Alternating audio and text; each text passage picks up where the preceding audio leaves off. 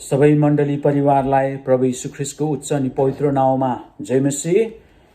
हामी धेरै खुसी छौँ किनभनेदेखिलाई लामो समयपछि फेरि चर्चमा भेट हुने समय प्रभुले हामीलाई दिनुभएको छ र आज बिहानीको वचनमा तपाईहरुलाई एकदमै स्वागत छ। प्रियहरू, भदौ महिनाको यो अन्तिम शनिबारको यो प्रभुको वचनमा यहाँहरूलाई म स्वागत गर्न चाहन्छु। आज म तपाईहरुको बीचमा गलातीको पुस्तकबाट बाँड्न गइरहेको छु। खण्डबाट म पहिला पनि बाँडेको हो र आज पनि म यही खण्डबाट बोल्नलाई मैले तयार गरेको छु। 6 अध्याय, यसको 1 देखि 10 पदसम्मको खण्ड छ र 3 वटा खण्डमा विभाजित मैले गरेको छु र पहिलो खण्ड म पढ्न चाहन्छु 1 देखि 5 सम्म।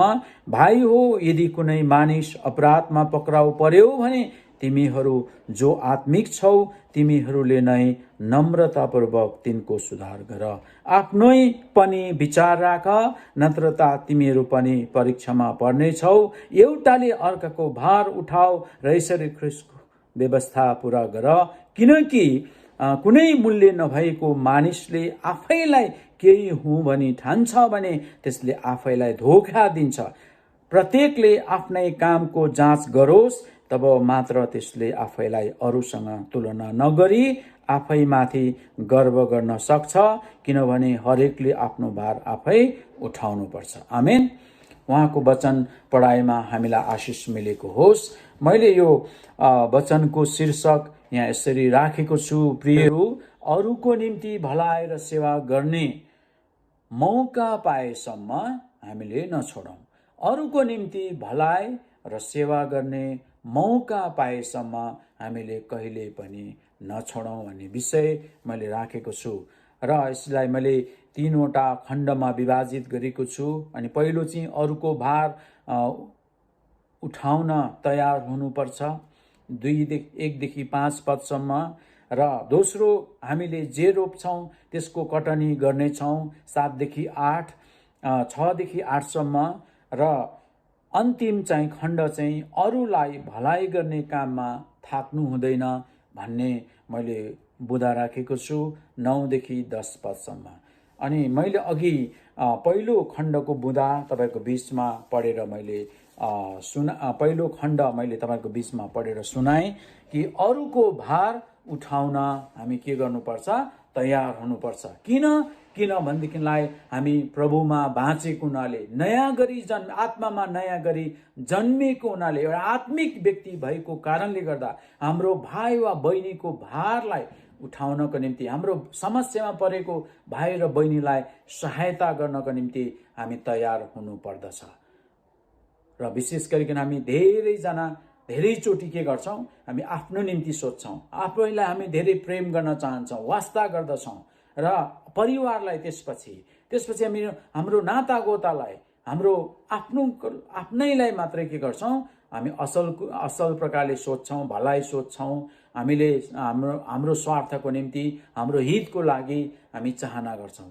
तर तपाईलाई थाहा छ, यहाँनिर पावल जसले यो गलाती पुस्तक लेखे, पावलले यहाँनिर भन्दछन्, विशेष गरिकन गरेको कुरा हामी पाउँदछौं। यहाँका मानिसहरूलाई सिकाएको, ऊ आफै पनि पीडामा छ, ऊ दौडधुपमा छ, ऊ आफै पनि सतावटमा, परीक्षामा, विभिन्न प्रकारको अनिदोमा, तराईमा परेको अवस्थामा पनि पावलले के भनेका छन्? यहाँनिर अरूको भार उठाउनु सहायता गर, भार उठाइदियो, तिमीले असल कुरा रोप अनि त्यसको कटनी पनि असल प्रकारले गर्नेछौ भनिकन पावलले भन्दछन्।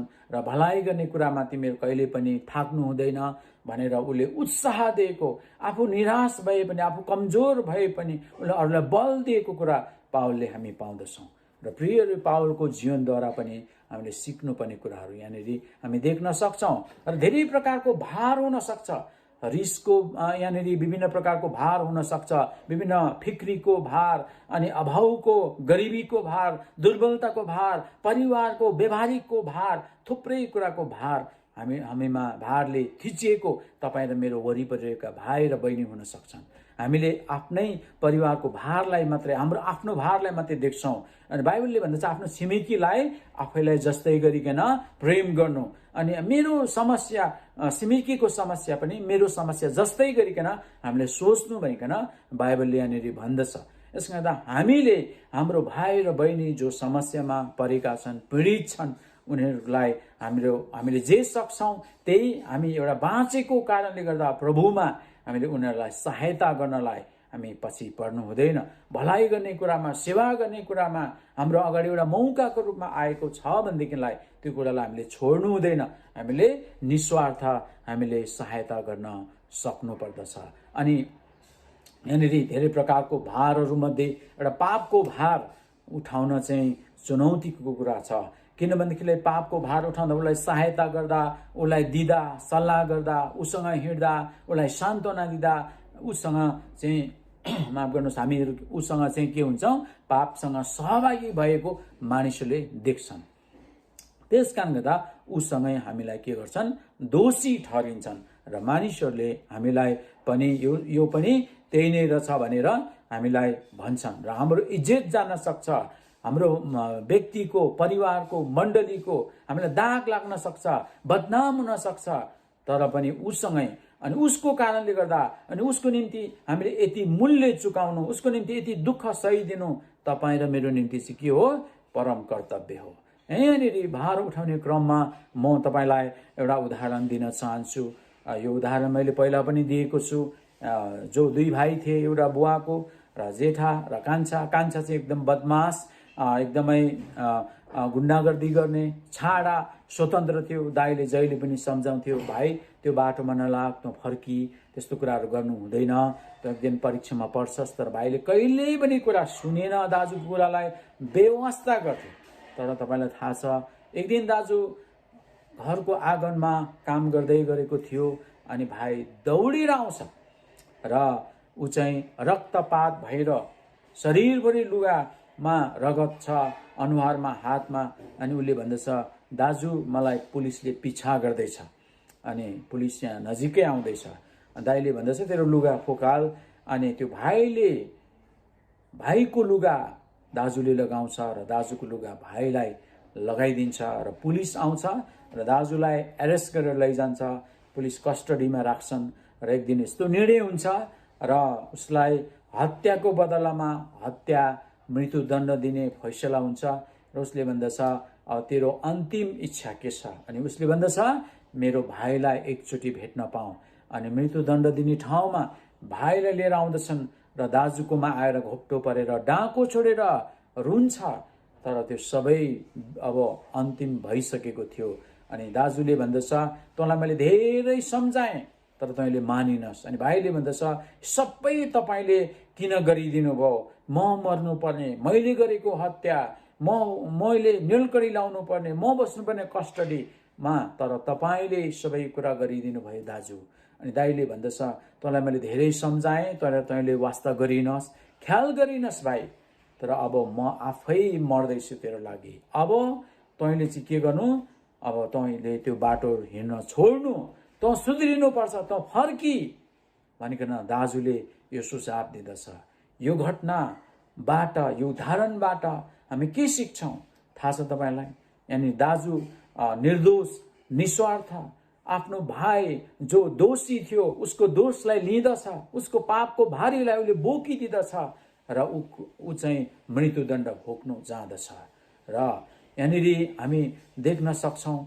अनि तपाईँ र हामी अधर्मी, पापी हुँदाहुँदै पनि तपाईँ र मेरो पापबाट हामीलाई छुटकारा दिनको निम्ति हाम्रो प्रभु यीशु ख्रीष्ट क्रुसमा जिउँदो बलिको रूपमा अर्पित भएर उहाँले त्यो अनमोल रगत बगाएर हामीलाई महान कृपा गर्नुभएको छ। प्रियहरू, त्यसकारण गर्दा उहाँ तपाईँ र मेरो मुक्तिदाता हुनुहुन्छ, उद्धारकर्ता हुनुहुन्छ। हामी उहाँलाई जति धन्यवाद दिए पनि त्यो थोरै हुन जान्छ।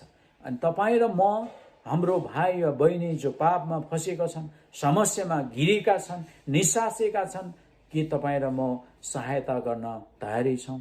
त्यो पापको भार उठाउन हामीहरू उसँग सहभागी हुन, दुःख भोग्न हामी तयारी छौँ? हामी विचार गरौँ। र हामी दोस्रो खण्डमा हामी जानेछौँ। अनि त्यो चाहिँ 6 देखि 8 पदसम्म म तपाईँको बीचमा पढ्नेछु।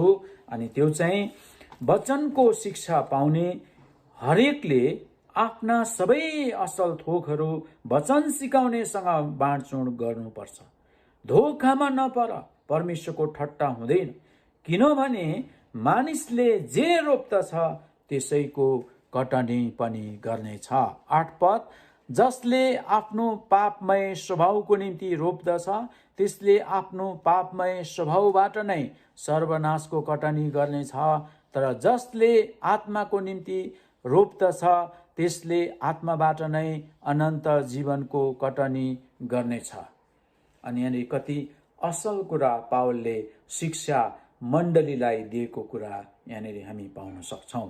र 6 पदमा चाहिँ यहाँनिर यस्तो पावलले यसरी भन्दछन्, यहाँनिर सिकाउँदछन्, वचन सिकाउने, वचनबाट शिक्षा दिने व्यक्तिहरू जो मण्डलीका पास्टर, प्रचारक, बाइबलका शिक्षक, अगुवाहरू हुन्छन्, उनीहरूले प्रभुको वचन बडो मेहनत गरेर, परिश्रम गरेर, समयको लगानी गरेर, जसरी एउटा कुकले मिठो भोजन खुवाउनको निम्ति मेहनत गर्दछ, धेरै मसलाहरू हालेर तयार गरेर खुवाउँछ, त्यसरी नै पास्टरले पनि, अगुवाहरूले पनि त्यो वचनलाई समयको लगानी गरेर, उसले अध्ययन गरेर तयार गरेको हुन्छ र तिमीहरूलाई त्यो खुवाउँछ आत्मिक रूपमा बलियो हुनलाई, स्वास्थ्य र स्थिर रहनको निम्ति।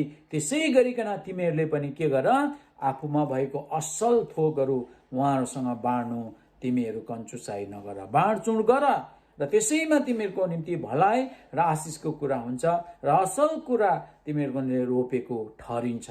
पावलले यो कुरा सुझाव दिएको, सल्लाह दिएको हामी पाउन सक्छौँ। र मलाई धेरैजना विश्वासीहरूले असल कुराहरू बाँडेको कुरो मलाई थाहा छ र उहाँहरू मेरो आँखाको अगाडि धेरै आशिषित हुनुभएको छ। अनि प्रभुको स्तुति भएको छ। अनि यहाँनिर हामी देख्न सक्छौँ। र अर्को कुरो चाहिँ हामीले जसले आफ्नो पापमय स्वभावबाट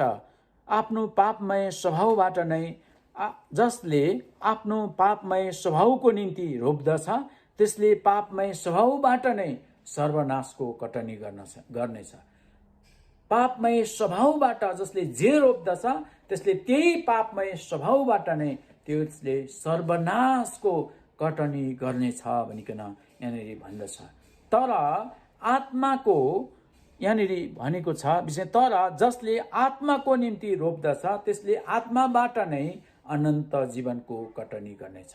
त्यसले आत्माबाट नै अनन्त जीवनको कटनी गर्नेछ। अनि अहिले हामीले के रोपिरहेका छौँ हामी विचार गरौँ। अनि शरीरको सेवा गर्नेले शरीरको इनाम पाउँछ, त्यो चाहिँ मृत्यु हो। तर आत्माको सेवा गर्नेले चाहिँ आत्माको इनाम पाउँछ, त्यो चाहिँ अनन्त जीवन हो। अनि शरीरको सेवा भनेको के हो? हाम्रो शरीर अभिलाषाले भरिएको छ, हाम्रो अभिलाषाले, चाहनाले, इच्छाले भरिएको छ। शरीरलाई मागेको कुरो दिनको लागि हामी आत्माको व्यवस्था गरेर हामी के गर्छौँ? लागि पर्छौँ। त्यस कारणले गर्दाखेरि हामीले मृत्यु निम्ताउँदछौँ। त्यो शारीरिक मृत्यु मात्र होइन, त्यो आत्मिक मृत्यु हुन सक्छ। त्यस कारण प्रियहरू, म तपाईँलाई अनुरोध गर्न चाहन्छु, होसियारी रहनुहोस्। त्यस कारण आत्माको सेवा गर्नुहोस्। जुन आत्मा हराएको छ, जुन आत्मा मरेको छ, जुन आत्मा चाहिँ एकदमै भौतारी राखेको छ, त्यो आत्मालाई सँगालौँ, त्यो आत्माको निम्ति फिक्री गरौँ, हामीले फर्काएर ल्याउँ आत्मालाई, अनि अनन्त जीवनको हामी भागीदार बनाऊ र त्यो आत्मा पनि भागीदार बनेको होस्। यो असल कुरा हामी रोपेर त्यसको परिणामको, असल कुराको परिणाम हामी आशा गरौँ। म तपाईँलाई यही अनुरोध गर्न चाहन्छु। अनि हामी अर्को बुँदामा जानेछौँ। अनि त्यो भनेको चाहिँ अन्तिम बुँदा हो। अनि यो चाहिँ 9 र 10 पद हो। म तपाईँको बिचमा पढ्न चाहन्छु। भलाइ गर्ने काममा हामी नथाकौँ, किनभने यदि हिम्मत हारेनौँ भने ठिक समयमा हामी कटनी गर्नेछौँ। यसकारण मौका पाए अनुसार हामी सबै कामको भलाइ गर्दै जाउँ, विशेष गरी तिनीहरूको जो हाम्रो विश्वासका परिवारको हुन् भनेर यहाँनिर भनेको छ। र अन्तिम बुँदा मैले राखेको छु, अरूलाई भलाइ गर्ने काममा हामी थाक्नु हुँदैन। अरूलाई भलाइ गर्ने काममा, सहायता गर्ने काममा, सेवा गर्ने काममा हामी थाक्नु हुँदैन। हामीहरू चाहिँ दिक्क मान्नु हुँदैन। कति गर्नु त्यो मान्छेलाई, कति गर्नु भनेर हामी गनगन गर्नु हुँदैन। अनि हामीले सकेसम्म, हदैसम्मले हामीले भलाइको काम छोड्नु हुँदैन। किनभने उदाहरण हामीले टाढो जानु पर्दैन। हाम्रो प्रभु यीशुले हामी अधर्मी, पापी, बैगुनी हुँदा हुँदै पनि अन्तिम घडीसम्म उहाँले तपाईँ र मेरो निम्ति भलाइको काम गर्नुभयो। अनि प्रियहरू, हामीले त्यही कुराहरू हामीले जानेका छौँ, त्यही कुराहरू हामीले गर्नुपर्दछ। हामीले भलाइ गर्ने काममा हामी हिम्मत चाहिँ हारेनौँ भने हामीले उहाँको समयमा हामीले के गर्नेछौँ?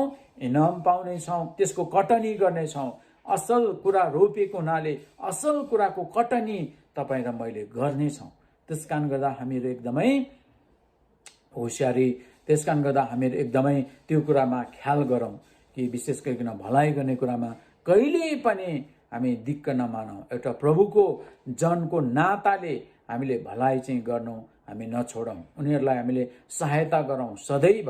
र म तपाईँलाई यसको विषयमा एउटा उदाहरण दिन चाहन्छु वचनबाट नै, बाइबलको खण्डबाट। अनि मत्तीको पुस्तक 25 अध्यायलाई हामीले हेर्दै गर्दा त्यसको 31 पददेखि 46 पदसम्मको एउटा खण्ड छ। अनि हाम्रो राजा यीशु जो उहाँको समयमा प्रकट हुनुहुनेछ एउटा न्यायकर्ताको रूपमा। अनि उहाँ न्यायकर्ता पनि हुनुहुन्छ। र जसरी एउटा गोठालोले बाख्रा र भेडालाई छुटाउँदछन्, त्यसरी उहाँ प्रकट हुनु भएपछि उहाँले चाहिँ विशेष गरिकन यसरी नै उहाँले पनि छुटाउनु हुनेछ। र भेडालाई उहाँको दाहिनेपट्टि, उहाँको बायाँपट्टि उहाँले छुटाउनु हुनेछ।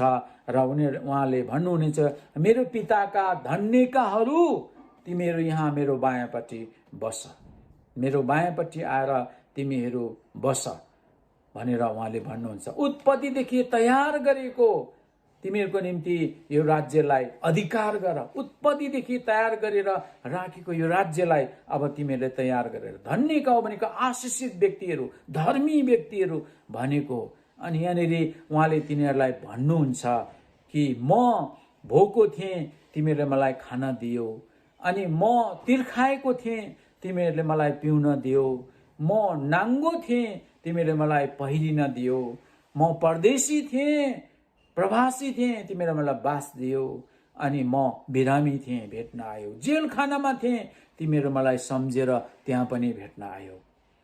अनि ती व्यक्तिहरूले भनेछन्, प्रभु तपाईँलाई हामीले कहिले नाङ्गो देख्यौँ, भोको देख्यौँ, तिर्खा देख्यौँ, बिरामी देख्यौँ र भेट्न आयौँ, जेल खानामा भेट्न आयौँ र है। अनि उहाँले त्यति बेला जवाब दिनुहुन्छ, हेर तिमीहरूले सानोभन्दा सानो भाइ या बहिनी जो अभरमा परेका, बिचल्लीमा परेकाहरूलाई, कमजोर व्यक्तिहरूलाई दियो, सहायता गर्यो, उसलाई खाना दियो, पिउन दियो, त्यो तिमीहरूले मलाई नै गरेको हो। यस कारण गर्दा तिमीहरूले गर्यौ र तिमीहरू धन्यका आशिषित व्यक्तिहरू भएका छौ। अब तिमीहरूको निम्ति उत्पत्तिदेखि तयार गरेको राज्यलाई अब तिमीहरूले के गर? अधिकार गर, उहाँले त्यो भन्नुहुन्छ। तर अर्को कुरो यहाँनिर हामी देख्न सक्छौँ, उहाँको बायाँपट्टिकाहरूलाई, हे श्रापित हो, मबाट दूर होइजाऊ, उहाँले भन्नुहुन्छ। अनि त्यो बाख्रा जो बायाँपट्टिका त्यो बाख्राको संज्ञा दिएकाहरूलाई भन्नुहुन्छ, हे श्रापित हो, तिमीहरू चाहिँ मबाट दूर होइजाऊ। अनि उहाँले त्यो गाली गर्नुहुन्छ तिनीहरूलाई। किनभनेदेखिलाई अब उहाँले फेरि तिनीहरूलाई भन्नुहुन्छ, म भोका हुँदा तिमीहरूले मलाई खाना दिएनौ, मलाई तिर्खा लाग्दा तिमीहरूले मलाई पिउन दिएनौ, म नाङ्गो हुँदा तिमीहरूले मलाई पहिरिन दिएनौ, निवस्त्र हुँदा तिमीहरूले मलाई बिमारी हुँदा भेट्न आएनौ, तिमीहरू म जेल खानामा हुँदा तिमीहरूले मलाई भेट्न आएनौ, मलाई बास दिएनौ तिमीहरूले म बिचल्लीमा पर्दा। तिनीहरूले भन्ने छन् छक्कै परेर, हे प्रभु तपाईँलाई हामीले कहिले भोको देख्यौँ र खाना दिएनौँ, कहिले तिर्खाएको देख्यौँ र हामीले पानी दिएनौँ, कहिले तपाईँ बास बस्ने ठाउँमा बिचल्ली भएको देख्यौँ र बास दिएनौँ माग्नु भयो र र कहिले तपाईँ जेल खानामा पर्नु भएको थियो र त्यहाँ भेट्न आएनौँ, कहिले तपाईँ बिमारी हुनुभयो र तपाईँलाई हामीले भेट्न आएनौँ, तिनीहरूले त्यो जवाब दिनेछन्, कहिले प्रभु? अनि प्रभुले भन्नुहुन्छ, हाम्रो राजाले भन्नुहुन्छ, हेर, सानोभन्दा सानो भाइ वा बहिनी जो सेवा गर्ने मौका तिमीहरूलाई मिलेको थियो, भलाइ गर्ने मौका मिलेको थियो, जसलाई तिमीहरूले गरेनौ त्यो तिमीहरूले मलाई नै नगरेको हो। अनि यस कारण गर्दा यहाँनिर हामी यो खण्डबाट हामी देख्न सक्छौँ प्रियहरू, तपाईँलाई सेवा गर्ने, भलाइ गर्ने, सेवा गर्ने मौका आयो भने तपाईँले नछोड्नुहोस्, हामी नछोडौँ। र सेवा गर्ने मौका, भलाइ गर्ने मौका आउँदा पनि नगर्नु त्यो पनि पाप हो। चोरी गर्नु, डकैती गर्नु, हत्या गर्नु मात्र पाप होइन कि भलाइ गर्ने, सेवा गर्ने मौका आउँदाखेरि पनि नगर्नु पनि के हो त? पाप हो। त्यसकारण गर्दा हामी पापको हिस्सेदार नबनौँ। र म तपाईँलाई अनुरोध गर्न चाहन्छु, तपाईँले के रोप्दै हुनुहुन्छ र हामी के कटनीको हामीले आशा गरिराखेका छौँ? हामी यस बिहानी हामी एकदमै सिरियसली के गर्नेछौँ? विचार गर्नेछौँ, मनन गर्नेछौँ। याद गर्नुहोस्, खेलठट्टाको कुराहरू होइन। हामी धेरै आफ्नो लागि मात्रै सोच्छौँ, हाम्रो मै खाउँ, मै लाउँ, कमाउँ, जमाउँ, रमाउँ, यी कुरामा अस्तव्यस्त छौँ।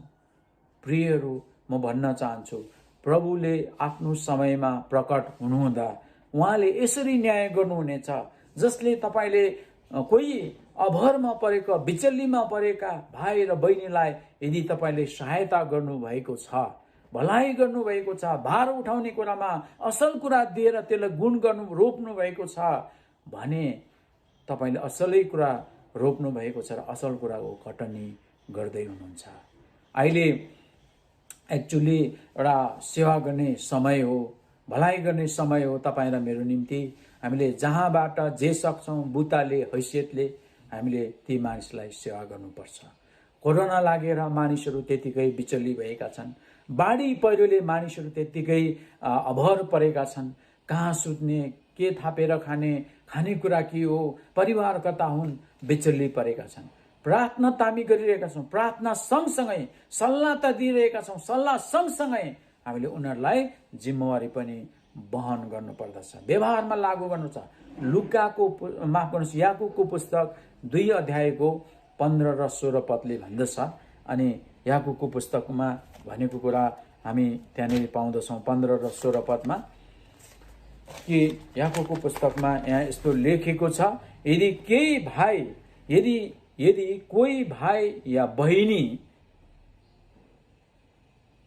झुत्रे झाम्रे परेको छ, तिम्रो अगाडि देखेका छौ, र उसको दैनिकी भोजनमा आधी पेट खान्छ र ऊ भोको छ, तिमीले उसलाई देखेका छौ र तिमी अपुग देखेका छौ खानेकुरामा, र तिमीले विशेष गरिकन उसलाई तिमीहरूले कसैले त्यसलाई शान्तिसँग जाऊ, तिमीहरू न्यानोसँग सुत, पेटभरि खाऊ भन्छौ, तर शरीरलाई चाहिने कुरा चाहिँ दिँदैनौ भने त्यो तिमीहरूको निम्ति के लाभ? यति बेला कोरोना लागेको छ, मानिसहरूलाई आइसोलेसनमा छन्, हस्पिटलमा छन्, हो कि? अनि हामीले सल्लाह खुब दिन्छौँ, तपाईँले यो खानुहोस्, त्यो खानुहोस्, लोकल कुखुरा तपाईँले खानुहोस्, धेरै यस्तो प्रकारको भिटामिनहरू खानुहोस्। हामीलाई अराउनु खुबै आउँछ, सल्लाह दिन आउँछ, तर हामीले सकेको सँगै सल्लाहसँगै सहायता गरेर पनि त्यो भाइ र बहिनीलाई उत्साह दिनु चाहिँ, भलाइको काम गर्नु चाहिँ हाम्रो निम्ति परम कर्तव्य हो। एउटा प्रभुको जनको नाताले यतिखेर बाढी पहिरोले समस्यामा परेका छन्, अनि तिनीहरूलाई पनि हामीले हाम्रो ठाउँबाट प्रार्थनासहित हाम्रो हैसियत र बुताले सहायता गर्नु हाम्रो निम्ति परम कर्तव्य कुरा हो। अनि यी वचनलाई हामीले मनन गर्नेछौँ, याद गर्नेछौँ। हामी सुन्ने मात्र होइन, बाइबल पढ्ने मात्र होइन, जीवनमा व्यावहारिक रूपमा त्यसलाई लागू गरेर हामीहरू लाभदायक बन्न सकौँ, हामी आशिषित हुन सकौँ, आज्ञाकारी बन्न सकौँ। म तपाईँलाई यही अनुरोध गर्न चाहन्छु। आज बिहानीको वचनमा प्रभुले हामीलाई प्रशस्तै गरिकन आशिष दिनुभएको होस् र तपाईँहरूले याद गर्नुभएको छ कि विशेष गरिकन हामीले अरूको निम्ति भलाइ र सेवा गर्ने मौका पाएसम्म हामीले त्यसलाई नछोडौँ, हामीले गरौँ। किनभने मौका पाएर पनि हामी गर्दैनौँ भने हामीले त्यो पाप गर्दछौँ भनेर यहाँनिर भनेको कुरा हामी थाहा गर्न सक्छौँ। र अरूको भार उठाउनलाई हामी तयार हौँ र हामीले जे रोप्छौँ त्यसको कटनी गर्छौँ, यो कुरालाई हामी याद गरौँ। अरूलाई अरूको भलाइ गर्नको निम्ति हामी थाक्नु र दिक्क मान्नु कहिल्यै पनि हुँदैन। हामीहरू प्रभुले हामी सबैजनालाई आशिष दिनुभएको होस्। र म तपाईँलाई केही सूचना भन्न चाहन्छु, त्यसपछि हामी प्रार्थना गर्नेछौँ। प्रभुको स्तुति होस्। हामी आउने शनिबार 5 महिनाको बादमा लकडाउन खुलेको छ, निषेधाज्ञा अब तोडिएको छ, अनि अब विभिन्न धार्मिक स्थलहरू पनि खुलेको कारणले गर्दा हामीहरू पनि आउने शनिबार यो असोजको 2 गते पर्छ, पहिलो हप्ता हामी प्रभु भोजको सेवालाई ग्रहण गर्ने गरिकन हामी आउनेछौँ। उत्साहका साथ प्रार्थना सहित तयारी भएर आउनुहोस् र तपाईँसँग भएको दशांश, भेटी, मुठीदान पनि तपाईँले चर्चमा लिएर आउनुहोस् र हामी पाउने 10 बजी चर्चमा भेट्नेछौँ। र यो सूचना थाहा नपाउनेहरूलाई पनि तपाईँले जानकारी दिन सक्नुहुन्छ। शेयर गरेर, फोन गरेर उहाँहरूलाई तपाईँले जानकारी दिनुहोस् र हामी सबैजना भेट्नेछौँ। र हाम्रो डिकेनेस पदम कुमारी दिदीको लागि प्रार्थना गरिदिनु भएको छ, तपाईँहरूलाई धन्यवाद। उहाँको केही हदसम्म सुधार भएको छ, तर पूर्ण चङ्गाई उहाँले पाउनु भएको छैन, अनि किनभने कमजोर फिल भएको छ भनेर भन्नुभएको छ। अनि उहाँको लागि निरन्तर प्रार्थनामा तपाईँले याद गरिदिनुहोस्। र विशेष गरिकन अहिले जहाँ तपाईँको एरिया टोलमा खोपको अभियान चलेको छ भने नजिक पाइक पर्ने ठाउँमा गएर तपाईँले खोप लगाउनुहोस्, होसियारी र सुरक्षित बस्नुहोस् र स्वास्थ्य मापदण्डलाई पालना गर्नुहोस्। कारण हामी प्रभुको मानिसहरू भएको हुनाले हामी उदाहरण बन्नुपर्छ। आमेन। प्रभुले हामी सबैजनालाई आशिष दिनुभएको होस्। आउनुहोस् हामी प्रार्थना गरौँ। हामी सबैजनाले आँखा बन्द गर्नेछौँ हाम्रो आँखालाई, अनि प्रार्थना गरौँ। आउनुहोस् मनन गरौँ प्रियहरू, आज बिहानको वचनलाई एकछिन 1 मिनट हामीले सोचौँ। यो वचनबाट मेरो निम्ति के शिक्षा छ, के व्यावहारिक रूपमा म पालना गर्न तयार छु, हामी निर्णय गरौँ। यो वचन सुनेपछि अरूको भार उठाउन के हामी तयार छौँ, विचार गर्नुहोस्। के हामी असल परिणाम पाउनलाई असल कुरा रोप्न तयार छौँ?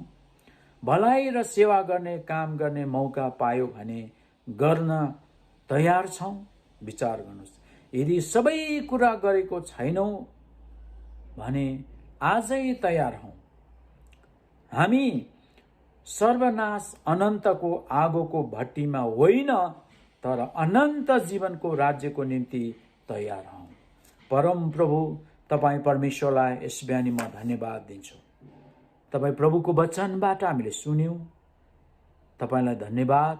यो वचनलाई हृदयगन गरेर व्यवहारमा उतार्नको निम्ति पवित्र आत्मा तपाईँले हामीलाई सहायता गर्नुहोस्, सल्लाह दिनुहोस्, बुद्धि दिनुहोस्, बल दिनुहोस्। तपाईँ असल सल्लाहकार हुनुहुन्छ। तपाईँलाई हामी धन्यवाद दिन्छौँ।